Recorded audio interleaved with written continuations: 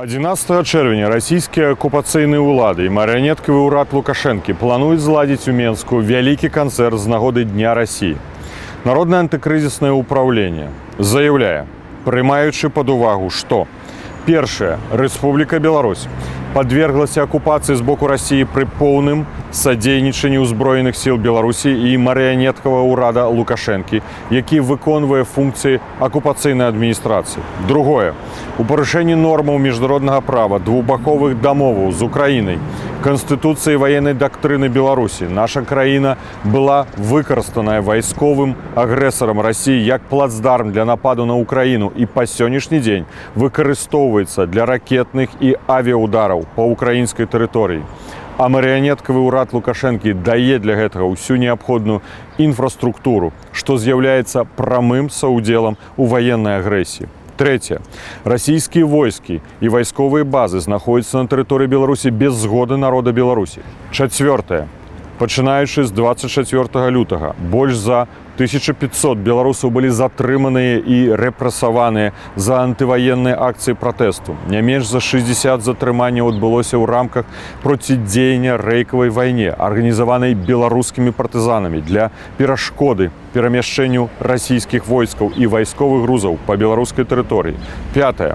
Шэраг затрыманняў рэйкавых партызан быў праведзены з асаблівай і нічым не абгрунтаванай жорсткасцю, а менавіта пасля затрымання памагатыя расійскіх акупантаў прастрэлілі затрыманым калені. Шостае. З мэтай запалохвання актыўных беларусаў, якія ўжо амаль 2 гады не спыняюць свой супраціў рэжыму Лукашэнкі, а сёння і расійскім акупантам. 13 траўня Лукашенко падпісаў закон, які дазваляе ўжываць смяротнае пакаранне ў выглядзе расстрэлу за замах на учыненне актаў тэрарызму, што ва ўмовах прававога дэфолту развязвае рэжыму рукі для узмацнення жорсткасці палітычнага тэрору і ўвядзення узаконенай практыкі забойстваў беларусаў па палітычных матывах. Сёмае. Колькасць палітычных зняволеных у Беларусі працягвае штодня расці і на сённяшні дзень складае больш за 1200 чалавек, шэраг з якіх, пачынаючы з 24 лютага, былі затрыманыя менавіта за супрацьдзеянне расійскай ваеннай агрэсіі, у тым ліку за перадачу дадзеных аб перамяшчэнні расійскіх войскаў і тэхнікі тэлеграм-каналу «Беларускі гаюн». 8.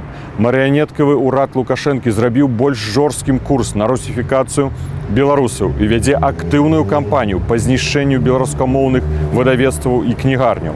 9. Беларускія праўладныя СМІ і прапагандысцкія тэлеграм-каналы фактычна кантралююцца расійскімі прапагандыстамі. Народнае антыкрызіснае ўпраўленне заяўляе аб катэгарычнай недапушчальнасці святкавання Дня России ў Беларусі, выказвае рашучы пратэст супраць дадзенага намеру і заклікае ўсіх жыхароў Мінска і іншых беларускіх гарадоў байкатаваць любыя прымеркаваныя да Дня России мерапрыемствы, актыўна процідзейнічаць іх прапагандзе усімі спосабамі і прадпрымаць любыя іншыя дзеянні для зрыву плана расійскіх акупантаў па правядзенні Дня России ў Беларусі. Мы заклікаем усіх нашых міжнародных партнёраў публічна падтрымаць нашу пазіцыю, антываенную і антыакупацыйную барацьбу народа Беларусі. І яшчэ раз падкрэсліваем важнасць і неабходнасць афіцыйнага міжнароднага прызнання факту расійскай акупацыі Беларусі, прызнання ўрада Лукашэнкі марыянеткавым урадам і вайсковым агрэсарам, а таксама задзейнічання ўсіх даступных інструментаў ціску на Расію і марыянеткавы рэжым Лукашэнкі з мэтай спынення расійскай акупацыі Беларусі, вываду ўсіх расійскіх войскаў з тэрыторыі нашай краіны, спынення сілавога ўтрымання ўлады рэжымам Лукашэнкі і яго існавання як палітычнага суб'екта.